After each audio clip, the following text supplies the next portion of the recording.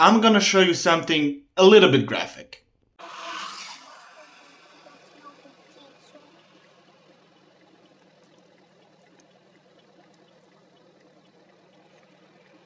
There is so much happening in this video.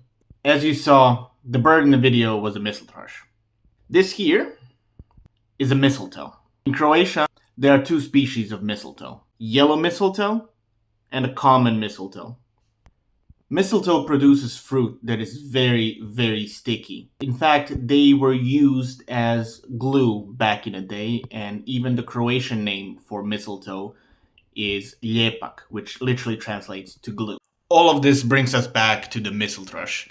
It eats the mistletoe berries, gets all the nutrition from them, but the seeds in the berries are covered with this viscous substance. And when they go through birds' digestive tract, they get activated. They turn more into a glue like substance. And that's why you see them sticking out when falling down. And when they fall down, they stick to the tree branch.